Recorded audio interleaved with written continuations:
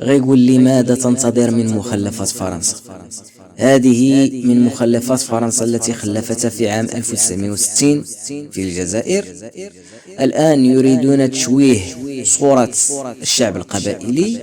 ثانيا يريدون تشويش على المنتخب الوداد البيضاوي المغربي.